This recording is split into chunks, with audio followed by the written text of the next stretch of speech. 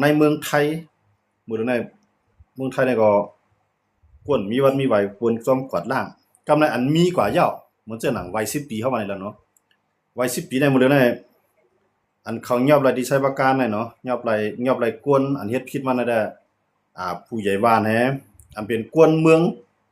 กวนต่างคือที่มายิบไว้10ปีนั่นน่ะเขายอบไรกว่าใน20ปลายเอาค่ะเนาะ20ปลายกำไรอันเขาติจอมยอบแทงเนาะอันยิบว่า10ปีทั้งหลายจังได๋ตำรวจได้เดียวตั้งเหนือมันแค่ลงมาว่าพอมันเจียงแรงไรมื้อนั้นเขาได้กึดลือเวทหมดเขาได้กึดลือเวทไว้อันนั้นเพราะว่ามันมีศักดิ์ศรีหลักฐานตี้อยู่ให้ขึ้นมาค้นขึ้นกำไรเพราะว่ากวนเจิ้นรายชื่อกว่าเงิน60,000หัวแสนเท่านั้นน่ะจองเขาแท้มื้อโคนเอาคั่นน่ะเพื่อเขามื้อโคนเอาได้ย่ายอบน่ะอันนั้นต้องว่าเพิ่นได้เดี๋ยวจื้อจาเฮาจื้อคือเฮาจื้ออันใดมีไหวจื้อไหนกว่านั่นน่ะเพิ่นได้ขึ้นทกแวดขึ้นเอามันน่ะทกแวดก็ได้ติงาตามเจ้ามาแท้น่ะอันนั้นน่ะเฮาคันอันนั้นได้เป็นภายตำรวจเขาปืนเผากับเฮาว่าเนาะอันนั้นได้เป็นอันไม่ใจดีลงล้างเฮาคั่นแหละนะต้องว่าเฮาว่ามาอยู่เมืองเปิ้นเอาไหนก็ถามเฮาได้รอดเอาไหนไปรอดไรครับหรือสิว่าเฮามาเกิดลูกเข้าไหลกว่านั้นได้ลูกเข้าได้มันได้รอดอยู่เนาะอย่างว่านะอันนั้นได้มันโรงเรียนเปิ้นฮับพ้องปานแหนโรงยาฮับพ้องปานแหนหลายภายผู้ใหญ่บ้านฮับพ้องปานนั้นจะได้มีปัญหาอันเป็นกวนอันลูกเมืองเข้ามาให้การในสามารถไล่ไว้10ปีจังได๋หมดแล้วนะเพิ่นได้ผู้ว่าราชการจังหวัดเชียงใหม่นะครับเนาะยาวกว่าผู้ว่าราชการจังหวัดตากผู้ว่าราชการจังหวัดแม่ฮ่องสอนผู้ว่าราชการจังหวัดเจียงไฮ้ผู้ว่าราชการนี่หมายถึงว่าเจ้าจีเวียง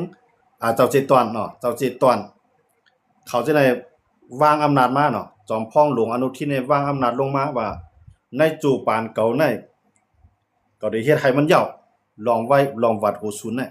มันว่าไว้จังได๋ครับเนาะกำไรมันนำแค่มาดีผู้ว่าเนาะผู้ว่านี่หมายถึงเจ้าจีเมืองเจ้าจีตวนเนาะเจ้าจีตวนผู้ว่าซ้ำขึ้นแค่ลงที่อำเภอใดอำเภอนั้นกำไรอำเภอขึ้นก็แค่ลงที่ตำรวจน่ะที่ได้เฮ็ดการที่ไหนครับมื้อนี้มันมาเฮียงน่ะเนาะลองไว้10ปีนะครับเนาะอันนั้นแหละเป็นอันไม่ใจลงลางตอนตาคนเมืองใต้เฮาเสิร์ชอะไรมาไล่ไว้10ปีเนาะกันนั้นมันมีจังอะไรมันมีตันตามว่าเขามือคนว่าเขาไล่ก็เปียดให้ได้ก็นั่นก็ได้เป็นยังมีโเนาะว่าเขามื้อนี้ได้ตารางดีใช้ประกันได้หาเฮงไป44ก้ออันนั้นมีตารางดีว่าเฮ็ดอำจอมปึงอันเปิ้นปันมาในเปิ้นปันตอนตากวนจอมเขาว่ากวนจอมเหรียญดินอันคำว่าอยู่ไว้คือเลยมีไว้ในเปิ้นปันตอนน่ะคนจังนั้นก็เจ้าหน้าที่เขาซ้ำหาลอกไล่เงินว่าบ่สูมีเงินกันได้ไล่เฮ็ดศักดิ์ศรีอันตู้อันปลอมให้ขึ้นมามื้อเฮ็ดว่าก็ได้เขาสร้างมาตั้งเหนือเขาดูสร้างมาตั้งเหนือน่ะเนาะสร้างมาตั้งเหนือเด็กดื้อเป็นเขาได้ค้นขึ้นเขาได้ค้นขึ้นติเตียวว่านะครับเนาะอันนั้นได้เป็นอันไม่ใจขนาดแต่ว่าเฮาคำว่าอยู่เมืองไทยนี่ก็เพิ่นได้หายลอกไล่กูไล่นั่นน่ะก็ได้เขาว่าได้อายัดไว้นะครับเนาะเขาได้กึดไว้มันจังว่ามันมีตารางของบ่เราโลดจื้อก่อนในมันอยู่วันเลขที่ในเนี่ยว่าเขาเข้าด้วยในอำเภอมันฮู้หมดคั่นน่ะอยู่วันเลขที่ในกำไรเข้าด้วยในหมู่บ้านนั้นน่ะบางเฮือนน่ะมีเป็น20ก้อบางเฮือนมี30ก้อน่ะเฮ็ดเลยคนนึงเฮือนในเปรี้ยวลูกน้องนำลามันได้ว่าในทางน่ะมื้อนั้นมันได้คนถึงที่เฮือนเจ้าวานเฮือนไหลเฮือนเหลอกำไรผู้ใหญ่บ้านก็พัดห้องครับเจ้าวานก็พัดห้องครับ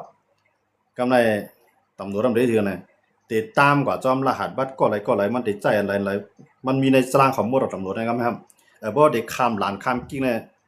เพราะใจไว้10ปีเนี่ยเขาได้เจียดเฮียงเนาะอันนั้นเป็นอันที่พากันข่าวถึงแล้วว่าในข่าวยามมื้อเหลียวเนี่ยคนเมืองใต้เฮาเนาะก็ได้เสียมว่าอันไรไว้10ปีก่อนจังนั้นน่ะป้อมจำเป็นน่ะอะล่ะเนาะอย่าไปออกตาตั้งในข่าวทางไกลบ่จำเป็นน่ะเนาะบ่จำเป็นน่ะรู้นะล่ะเด้อจังว่าเนาะป้อมจำเป็นน่ะล่ะเนี่ยเพราะมันแบบผ่านหลานเป็นทางการเนี่ยอย่าไปเพิ่นเลยเจียดย่าเฮาบ่เจียดย่าเฮามันมีตารางในเขาคนก่อนไหนวัดมันอยู่ที่ไหนมันใจลองเตียวเพราะมันมีศักดิ์ศรีหลักฐานมายืนยันก็ได้มีปัญหาเพราะมีศักดิ์ศรีมายืนยันเนี่ยวัดก็ได้ถูกยึดจำหน่ายเอาตั้งผิดแท้งมันเขาลาว่ามันเกี่ยวข้องความมั่นคงเนาะที่ปัญหาที่เกิดขึ้นนั่นแหละเนื้อได้มันลูกติขี่มานั่นเนาะขี่เนี่ยมาได้ไว้10ปีก็เฮ็ดไว้เกิดลูกเขานั่นก็เป็นไว้เกิดปลอมเอาเงินจ่ายเป็นห้องยายให้ดอกมาเพิ่นไล่ไปใช่กว่าให้เนี่ยขี่เนี่ยมันเป็นเมืองมหาอำนาจหมาย3ของกำพาเขาโลมันตุ้มตื้อรองมันกึมของเมืองไทยก็ได้ครับมาเจียดแทงเนี่ยซ้ำเป็นกวนเมืองมารเมืองตุ้มตู้ในนำน่ะเนาะอันนั้นได้เขาปืนเผาเนาะ ตั้งระนองให้ตั้งจังหวัดตากให้ตั้งมื้อเหลือในตั้งเกียงใหม่แฮนที่เขาว่าแห่งหลังในเขาเนาะเกียงไฮ้ให้ตำยองสอนได้ไปยินข่าวเอาเขาว่าจังได๋เนี่ยคนเมืองมานในตั้งไทยในติเตในเขาเป็นผู้เขียนกันพวกนั้นมาด้วยในปื้นเป็นผู้เขียนนั้นก็ในข่าวยามมื้อเหลือได้เขาขึ้น20,000ขึ้นก็เนาะก็กะมันได้ตุ้มตื้อลงมันคือเมื่อวันมื้อหน้ามาพระเจ้าเครื่องมาจังได๋เลยไว้ไทยนำมาเนี่ยวันมื้อหน้าได้ฮู้ข้อมูลลับจังเป็นแต้นพ้องไหนจังเป็นผู้ใหญ่บ้านไหนจังเป็นคิงก้างคิงเฮียงไหนจังเป็นเจ้าเจตอนเจ้าจีเวียงนำจังว่าพวกเขามีนำกันเนี่ยจังเป็นพี่วันข้างหน้าเนี่ยเพิ่นว่าคนเมืองมานำมาอะไรนำหน้าคนเมืองขี่มาอะไรนำหน้าก็เลยปัญหาเนี่ยมันมาจอมแท้งเนาะดอกว่าอันนั้นเฮาเข้ามาด้วยเนี่ยแต่ว่าคันนี้ตัวหนังมาอยู่เมืองไทยเลยไวกว่าเย้ามันก็ในลูกก็บ่เลยไวไทยกว่าเย้าเนี่ยเปิ้นขึ้น7ย้อนหลัง10ปีเนี่ยอันนั้นได้ก็จังมีปัญหานะครับเนาะก็เลยมีเงินในธนาคารห่างเฮียนออกไว้เนาะจึงเหือในว่ามันยึดวัดไปแล้วเนี่ยมันจังก็ทุกเงินมาขึ้นน่ะอยากเนาะก็เขาอายัดเป็นวัดเฮาอยากบ่นะอายัดนี่หมายถึงว่าปิกอึดแบบนั้นครับเนาะปิกข้อมูลแบบกูฮ้อมเอารายเงินเฮาขึ้นจังได๋ก็ไม่ใจก็เลยเฮาซื้อรถผ่อนกาเปลี่ยนชื่อเข้าเพราะว่ามันเปลี่ยนชื่อเข้ายาวๆได้ก็ดิบ่มีปัญหาก็ในเพราะว่ามันถึกแม่นพ้องผ่อนอยู่เฮาก็โดดหาล็อกไลน์แต่ได้โอนค่ายแบบนั่นหาเนาะในก็จังเป็นพี่กันอันนานเนี่ยนะในคนว่าเฮ็ดวัด10ปีในเฮามาด้วยใช้ประกันในหาเฮงไป44โกในสุจะวนด้วยครับมันนำก็คือที่ใช้ประกันอำเภอเหลียวครับกำไรเขาได้ผู้ว่าเชียงใหม่ในมันสั่งการเขาลงมีเตียงมันสั่งลงมาครับเนาะมีเตียงมีลิมผู้ว่าเชียงใหม่ได้สั่งไว้ครับกำไรทำใช้ประกันในเอาว่าเมืองผังตาตอนมันได้ลือมันเขาว่าลือเนาะหรือว่าถอนอันเนาะปากด้วยข้อมูลทั้งเสียงผู้ว่าราชการจังหวัดนั้นก็ออกมาเฮ็ดบางกลุ่มมันมื้อว่ามื้อซื่อนี่เขาว่าจังซั่นเนี่ยที่อ่านกวาดล้างให้ยาวๆนะจอมพลหลวงนิทินก็รัดว่าลองไว้โหศูนย์ในเก่าที่ยาวให้มันยาวในจัดป่าในจัดปานเก่าในมาจังได๋ครับเนาะในจัดปานนี่หมายถึงว่าจู่มันตึกเลยเปลี่ยนจอมพลหลวงนั่นคั่นน่ะเนาะมันมีนโยบายในลงมาในว่าจอมพลหลวงนิทินใน1เฮ็ดก็มานคั่นน่ะนะพวกมานทั้งวันมาใส่หยังอันนี้ก็กวนเอาในกูบอกในมันตันการในเที่ยงเลยมือเหลียวในอันมาเฮ็ดพาสปอร์ตในมันนำดันหน้าเอาล่ะยอมลงเอาล่ะมานก็จังมาเคาะๆขีดๆดอกจอมพลหลวงนิทินก็จังเป็นไรเนาะลองวัดเอาใน10ปีในเอาวัด10ปีใน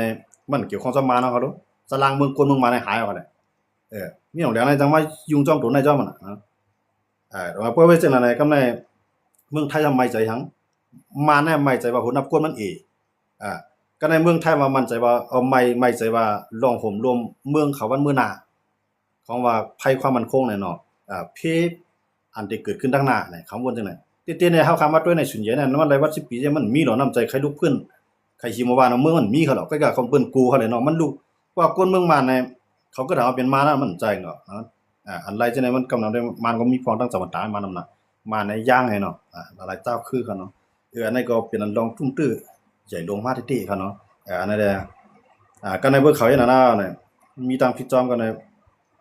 เขาฮู้หมดแล้วเขาแหละรายเฮ็ดมันในเขาเนาะมันจังนั้นที่ใช้ประกันให้เขาโคราชนี่แล้วผู้ย่อยย่ำหมดเขาเนาะแต่นี่บางก็ได้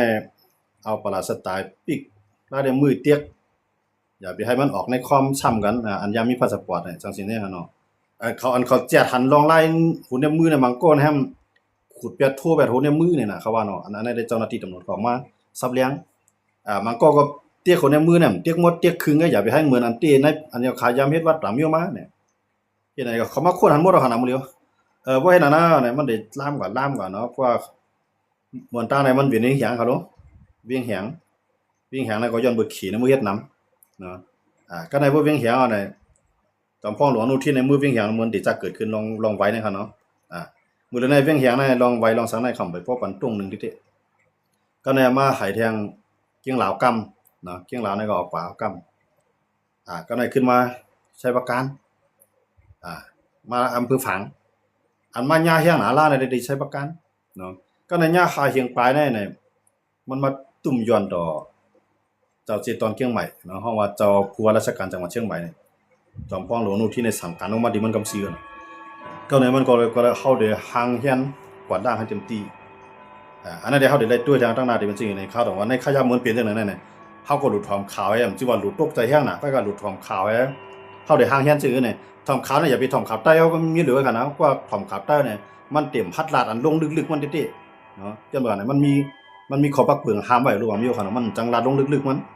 มันได้ลัดพัดมาจังนั้นเด้ก็ในพวกเฮาถอมในรู้แลของข่าวไทยในข่าวช่อง3เนาะข่าวนี้นำอันว่า10ปีทั้งหลายจังได๋กับถอมข่าวช่อง3พ้องช่อง7พ้องอันนั้นเป็นทางการคำเดียวไทยรัฐพ้องเนาะอันนั้นได้ข่าวซับเรื่องโหเยอะแยะมันหมดเนาะก็ต้องว่าพวกเฮาด้วยนั่นน่ะเฮาได้ห่างเฮียนนั่นน่ะว่าฮู้ลงนาในเฮาได้ห่างเฮียนนั่นน่ะเนาะเพราะเฮาฮู้สังอยู่ฮู้ตัวโคมฮู้ห่างในเพิ่นยามมาเนี่ยเงินออกไลว่าในธนาคารเพิ่นอายัดไว้มื้อนี่เพิ่นอายัดไว้เพิ่นยึดไว้ว่าฮู้ดีกว่าได้มาเพิ่นยึดไว้ยันเมืองตามปักเปิงวัด10ปีมามันเป็นตอนตากคนที่เขาเกิดใจอยู่ในเมืองไทยมาปลายเพมาถึง20ปี10ปี15ปีขึ้นเด้อต่อถึง20ปีเพิ่นเฮ็ดปันคนจำเรียนดินก็ว่าอันเป็นเจ้ามีบุญพรในเจ้าอำเภอเขาจะแนะนำเพิ่นฮู้กันหาลอกลายกินเงินก็ได้ก็แสนน่ะมันบ่ง่ายเขาเลยนะว่าก็แสนก็80,000ก็50,000นี่มันได้นำแฮงน่ะเนาะนั่นได้ก็มันเปลี่ยนอันรองในที่รองนึงเนาะจังว่าเขาว่าการทุจริตในการกดโกงเรียนกินกันเนี่ยอันนั้นมันเกิดขึ้น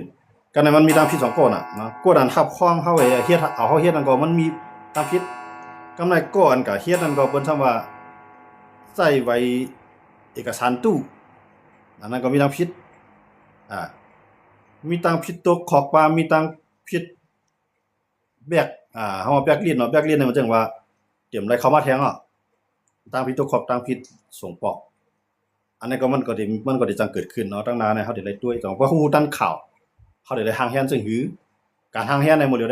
อย่าไปฮิบตรงนึงสังอย่าไปฮิบกว่าย้อนไว้ออกข้าวตั้งอย่าไปฮิบกว่าย้อนไว้เหตุการณ์อย่าไปกว่าย้อนอย่าไปฮิบออกข้าวตั้งกว่าตั้งนั้นไกลๆตีๆเลยผ่านสายตาเจ้าหน้าที่ได้เพิ่นกดทับไว้เฮานั่นน่ะให้เงื่องไว้เนาะในขยามหมดแล้วเพราะเฮามีไว้เฮาปึด ATM ไว้สังสิงนั่นเงินเฮามีไว้นั่นก็ถูกลีเก็บมาไว้ก็ถูกลีเก็บเพราะมันยามมาเนี่ยวัดก่อนไหนมั่นใจแล้วเนี่ยเพิ่นญาติว่าเป็นคนมีทางผิดเพิ่นอายัดไว้แล้วนั่นพวกเฮาเอาสักษิหลักฐานมันมายืนยันเลยเนี่ยเงินเฮานั้นตกเป็นของแผ่นดินก็แบบของเพิ่นของจึงเมืองเป็นว่าเนาะอันนี้เฮากูเลยซุ่มดีไหนอันนี้ก็เลยฟังนั่นค่ะเนาะอันนั้นได้ลองว่า10ปีเนี่ยอย่าไปถ่อมใจจอไม่ตกใจขนาดก็ถ้าเป็นไตใครฟังปันชื่ออันมีไว้10ปีหมอกะนังแกเนาะกำในสิว่าให้ตกใจสิว่าให้กูเนาะก็ให้หมอวางแผนให้ฮู้คิดตันเปิ้นว่าจำเพอย่าเวเพไก่เพให้เวเพมื้อเหลือนั้นมันตึกไก่เพไว้อยู่เลยให้งือให้เวไว้เงืองไว้ที่เฮ็ดจังหือแผนการมันไว้นั่นก็นั่นค่ะเนาะอย่าไปคิดกับตกใจพวกนั้นก็เปียดแฮมื้อเนี่ยอย่าไปคิดเสียงนั้นเก่าเนาะก็ฮัดด้วยเงาลอยด้วยข่าวอันนั้นมันจังข่าวว่านั่นเนาะข่าวแน่ว่ามื้อนี้ข่าวรายชื่อละลองข่าวฮู้สวว่าข่าวอันนั้นมันมาแฮงน่ะจังได๋ว่าหนังหือมันเตรียมกับตุ้มตื้อต่อหน้าลงปองจึงนั่นมันก็จังได๋ข่าวจังได๋ก็ขึ้นมาของว่าข่าวมากบแบบมาปิกแบบนั้นค่ะเนาะมาเป็นข่าวเปปุนแบบเปิ้นตั้งสนใจไผบ่เอาสนใจภายในแบบนี้นั่นก็มันจะมีสุดเนาะก็วายมามันจังขึ้นดีขึ้นอยู่เนาะก็จังเป็นบ่ไล่เปิ้นได้ทัดด้วยดอกด้านนี่ก็ในมือเขาไล่ก็ไล่กว่าให้ละตั้งมามันจังมือปานกูปองมันยามมาเขารู้มีริมมีหาปากปลายคั่นน่ะมือกูปอกคั่นเนาะมือ10ปีปลายเปิ้นมาก็เฮาว่าเนาะมันยังมีเขาว่าคือละเนี่ย เขาว่าให้มารายงานตัวเองเหรอมารายงานตัวก็ไม่เขาว่าให้กว่าหามาสัตว์สิก่อนปี47นี่เขาว่าเนาะก่อนปี47เพิ่นมาเฮ็ดปันมื้อปี50ก็ได้ตาได้ขึ้นขั้วหน้ามื้อปี47มันมีก็แหละเพื่อฮู้ว่าตัวเจ้าก็ว่ามีอันนั้นก็กว่าใครมาไหนก็ยามมันปล่อยไว้เด้เพิ่นก็จำหน่ายไว้ไว้เด้ก็ยาวว่าอันก็มันมีปัญหาซั่นก็คั่นนะก็เฮาบ่จะว่าฮู้ข่าวเฮาหม่อมข่าวตามบ่กันนั้นว่าข่าวตังไว้เฮาเต็มทวนให้เพิ่นแจ้งมายามมาจังผิดนั่นเนาะมันยามมีอยู่มันสิมันยามมีคั่นเนาะอันว่าเขามาจำหน่ายบัตรนั้นมันจะว่ายามมีน่ะเนาะมีริมในยามมีมาเวียงแหงยามมีมากำลืนมาก็เบิ่นขึ้นคนได้ขึ้นเอาเองก็เนาะมื้อเหลียวนี่ก็มันก็สิเป็นจังนั้นแกมันสิเป็นจังนั้นก็ว่ามื้อพองขายามมันตึกหรือตึกไม้ตึกเป็นข่าวหลังในอย่าไปออกตั้งอันข้าร่างไกอันเงื่องเวสายหูสายตาเปิ้นไรนั่นก็เงื่องเวไว้ผู้วันเงื่องไรให้เงื่องเปียดมันก็ได้ขึ้นดีขึ้นเนาะมันจะว่ายามเปลี่ยนปัญหาจังได๋คั่นเนาะไว้เขียวขอบแรงกูบ่ก็ยามเปลี่ยนครับมันก็กลายว่ามันมีการมีขัดลงถึงเปียดเอามื้อก็เฮ็ดพาสปอร์ตเฮ็ดอันนั้นก็มียามมีเขาก็บ่กำลืนมาเขาก็ขึ้นคนได้ขึ้นเนาะมันจังเปลี่ยนเอาไว้ค่ะเนาะอันใดเปิ้นอันเปิ้นเจ็ดเปิ้นทางไหนมันเปิ้นใครไรในเปิ้นใครไรกวนหยังน่ะเปิ้นใครไรกวนซื้ออันเขาหลอกเรียนในไรเงินมา1ก้อนเสียมื้อนึงเสียน่ะเปิ้นใครไรกวนซื้อไหนหรือนำกาเปิ้นใครไรแทงในลองขี่มาสวมสิทธิ์ ก็ได้ว่ามันมีสิทธิ์ไว้10ปีเนี่ยมันมีใบทองจ่ายในโรงยาเนี่ยมันโดดเซ็งเงินน่ะเซ็ง30บาทแค่นั้นคั่นน่ะเดือนจังได๋ก็มันมาชิมศูนย์ของคนเมืองไทยเขาเนี่ยอันนั้นก็มันแค่เตียกเนาะแต่ว่ามันมีอยู่หลายตองหลายต่างเนี่ยก็กะว่าเพราะว่าเพิ่นว่ามันวันมื้อหน้ามาก็มันก็ได้ขึ้นดีขึ้นเนาะมันก็ได้ปล่อยยาวๆไปวันหลังมาก็มันก็ขึ้นแหลกหลายมาอยู่ก็กะมื้อมันเปลี่ยนตึกเหลือตึกใหม่แน่ไหนให้พังสติกันมอกกะนานกว่าเนาะเฮาข้ามเลยว่ามาซ้ำเติมเลยว่ามาให้กูเลยมาให้ตกใจค่ะเนาะอันนั้นใครผลักปันพี่น้องคนเมืองไทยเฮาเนาะหลายก่อหลายเจ้าเตือนหลายกว่าเนาะภายไลก็เฮาโจมจ้องว่านั้นคั่นน่ะใกล้ๆว่าบ่มันเปลี่ยนปัญหามาไหนเฮาคาก็ทำไมใจจ้ำกันอยู่นั่นคั่นเนาะเฮาถือว่าปันแฮงใครเฮ็ดตามผิดกันเนาะใกล้ก็ว่าอันนั้นแหละเฮาคาไทฟังกันนั่นคั่นเนาะเตียนให้เพิ่นก็ใครไหลว่ากวนโหนับกวนเพิ่นนำมาเพิ่นก็จ้วมเอาค่ะเนาะซึ่งอันนั้นโหนับกวนนำมาเนี่ยก็ขอนมันก็เลยนำมาครับลูกโหนับกวนเพิ่นนำมาประชากรมาเนี่ยเพิ่นหนองใหญ่ครับลูกเนาะยันว่าจังได๋แต่ว่าจังได๋ก็เพิ่นเตรียมไว้กาไว้ขันลึกๆที่ติ่งก็ก้อยกามือเหลียวได้นำเนี่ยมันตึกน้องเฮียงแหอย่าไปเอาพายในกับกันขาวใครเพิ่นฟังซะที่จังได๋ว่าเนาะมันจังนั้นมือเหลียวเนี่ยมันเป็นข่าวลื่นหลังจังได๋ก็ดีเมืองพังว่ามื้อก็ดีเมืองเกียงไฮ้ว่ามื้อก็ดีกว่ากรุงเทพว่ามื้อจีไหนมันผ่านหลานเป็นทางการคำไหนบ่มา พวกมาหลินในเวียงในสังแล้วก็ด้วยข่าวด้วยเงาหลีๆแล้วก็ด้วยเส้นด่างกว่าหลีๆที่ไรเปิ้นตั้งกี้ผมตั้งกี้เข้าโดดด้วยแท้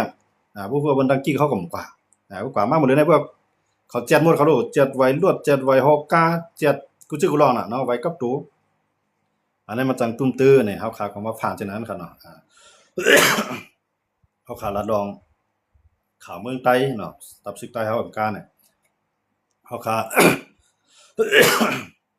เฮาก็มาลาดปลาลองเมืองไทยเนี่ยให้ฟังสติกันนะครับเนาะเอาค่ะซึ่งก็ยินชมพี่น้องเขากูก็กูเจ้าที่เข้ามาปัญญากันในค่ำคืนนี้นะครับเนาะไม่สนุกก็สิกำค่ะนะอันนั้นเกี่ยวกับโลอันมาป้องมาหลานนั้นก็ไว้เหมือนมาเฮาไป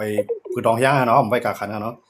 เสื้อมาปัญญากันเนี่ยมันเป็นเฮียงใจตอนดาเฮาค่ะที่10ตึกส่วนปกตื่นมันซื้อเครือเนี่ยที่10ลาดปันขาวเงานอกบ้านนอกเมืองเนี่ยได้มันเปลี่ยนวาสนาเฮาอยู่แล้วค่ะเนาะ เฮาเตรียมใจตกใจควงย่อมก้านย่อมซุ่มตอบกวนเจือนเขาใจเขาความจันเตรียมเจือนเขาใจป้ายบนหัวส่วนตีนฉะนั้นคนนิ้วตีนฉะนั้นให้พวกนี่มาสิมาเนี่ยจะเฮาเตรียมออกมาเป็นกะขันที่ไว้มื้อจังหนังมาเข้าคือต้องเฮียงให้นะเนาะย้อนนั้นได้ต้องว่าก็เลยมาเลยหลาก็ได้เลยฮู้ตูก็แลมหลาก็มาปัญญาก็เป็นงินจ้วมกันเนาะไม่สูงกูก็ใช้กำค่ะไม่สูงค่ะปีสงการในเมืองไทยในโหนับคนต่างเรามีกาหือครับพี่ เขาว่ากวนต่างเราวปาดังลาวแหกัมพูชาแหเวียดนามแหเมืองผมตุ่มตัวแหได้เขาว่าได้มันมีอยู่หมอก10ล้านนี่เขาว่าเนาะทั้งหมดค่ะเนาะอ่าอันหมันแม่นได้อันหมันแม่นเนาะอันหมันแม่นทั้งบ่ทั้งเสียงอันมีไว้ผู้ดีกว่าที่มามันอีหลีได้ก็ในพาสปอร์ตทั้งสิ้นได้ก็มันได้มีหมอกอ่า สองหมอก3ล้าน4ล้านเขาว่านั่นจังซี่ครับเนาะได้ข้อมูลมันเต็มเต็มโตดีครับเนาะคนแห่งกันหยังเมืองในมันนำดีๆครับเมืองไทยครับเนาะมันเต็มใจกรมการเมืองทุ่งๆคล้ายๆว่าในเขาว่า4สัญชาตินะครับเนาะ4สัญชาติในกัมพูชาลาวอ่าเวียดนามม่านเนาะเมืองทุ่งๆเฮาที่มีสีจื้อจาดอันใหญ่ๆคล้ายๆว่าที่หนึ่งในเป็นคนเมืองทุ่งๆเฮานั่นขนาดเนาะที่จริงเนี่ยเป็นคนในเมืองใต้นั่นก็แหละเนาะเป็นคนในเมืองทุ่งๆส่วนใหญ่นะครับว่าเขาว่าเนาะ Aku apela dengan nit CB aku akan nginjom ka di panjang makarang happy ni kanไม่สูงค่ะเนาะไม่สูงเงินกันค่ะเอาค่ะไม่สูงพี่น้องเขากูเกาะค่ะเนาะเสริมมาปัญญากันเนี่ยเนาะว่ากวนตัดได้ลาดข่าววันการเมืองในบ่มีวาสนามันลาดไรค่ะนะบ่มีวาสนาได้ด้วยก็มันแค่ด้วยค่ะเนาะอันพี่น้องเขามาด้วยก็ผมว่ามีวาสนาเนาะอันมาหลาจังก็มันซ้ํเป็นวาสนาเขาแท้ก้อยกับวาสนาอันหลานั่นได้1อำเป็นพ่อนี่ตาตูเขา2อำเป็นแห้งใจสังตอนดาเปิ้นเนาะสังว่าเขาก็ลาเปิ้นให้เปิ้นใจตัวกันในเขาได้วนว่าเขาเป็นกุ้นเปี้ยเขาได้วนจังได๋ครับเนาะก้อยก็ว่าก้นเจออันที่มาหลาเฮาสิเลยเฮาที่แห้งใจตัวเขาเลย10ล้าน10ตึกส่วน10เฮ็ดสร้างตัววาสนาเฮานั่นแหละเฮาบอกว่าเฮายอมกันเจือนไอ้เตื้อยตันเจือนเข้าใจส่วนตีนว่นเนาะเจือนเข้าใจอ้อขี้ควายว่นนั่นแหละเฮาเดี๋ยวมาปันให้ซุ่มกันเขานะครับเนาะต่อให้เขาก็ใครละเขาก็ใครว่านะเขาเตรียมหลาก็มือเขากวนไงนะเพราะว่าเขาหลากว่าเปิ้นชวนใจก็เขาได้คั่นแต้มมาทางปอกเขาเตรียมว่าเขาได้หายหังกวยเขาก็ฉะนั้นเป็นกวนติ่มมีตัวเตะมีตัวต้วนครับเนาะมีที่จุกมันเขาฉะนั้นที่ไฮไลท์ก็ย้อนเบิ่งนะ กวนหนึงก็ในพวกมีที่จุกมันมีอุดมการณ์มีใจฮักมันเด่มจุกแก่นแข็งไรคั่นเนาะก้อยกับกวนเตียนมียังอ่านมันได้จุกแก่นแข็งเหมือนเจ้าหนังต้นไม้หนึ่งตัวเนี่ยว่าหากมันอย่างลึกไรว่าเนี่ยจึงร่วมกาไข่เป่านะฝนกาไข่ทั่วแห้งฝนกาไข่ตกแห้งร่วมกาไข่ท้องแห้งลิ้นมันกาไข่แห้งเนาะย้อนไปหักมันอย่างลึกเลยมันตื่นจุกมันอยู่ต้นไม้ลำนั้นมันตื่นจุกอยู่ในดินไรนะครับเนาะ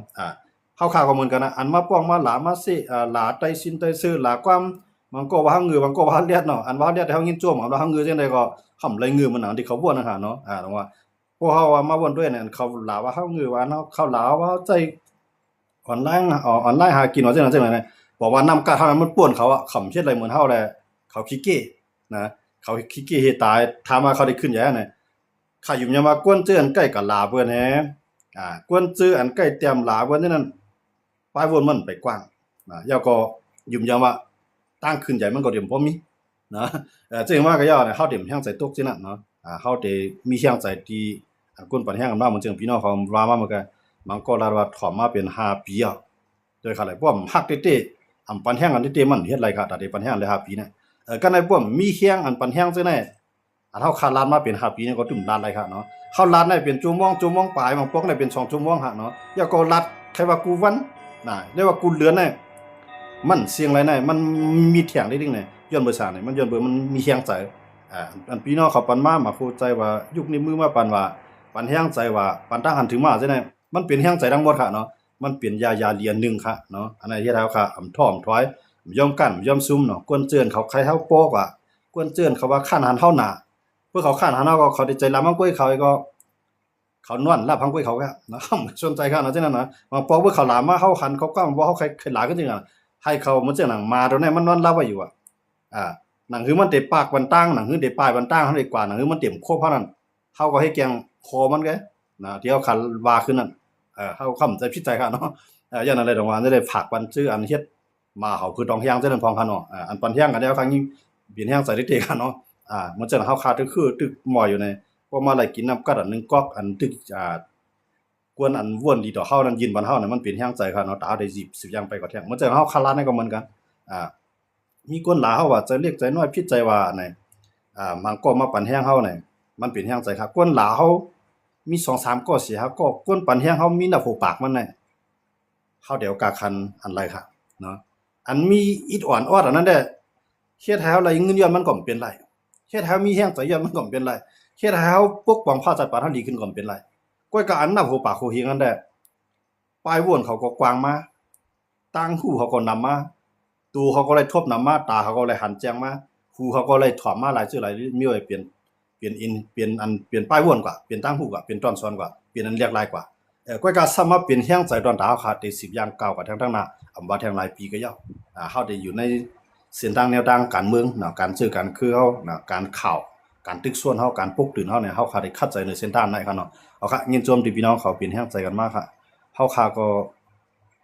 30ปี4ปียาวค่ะนี่ค่ะเนาะเอาค่ะยินจบมาเนาะ30 4ปีนี่หมายถึงสาขะยาวค่ะได้ด้วยกูวันเจียมมือศึกมันยืดอานะปีซอย21คนยาวค่ะเอาค่ะยินจบค่ะมันย้อนเมืองนะพี่น้องเดี๋ยวมันย้อนเมืองนายลายขาใจติอยู่ค่ะอันนั้นได้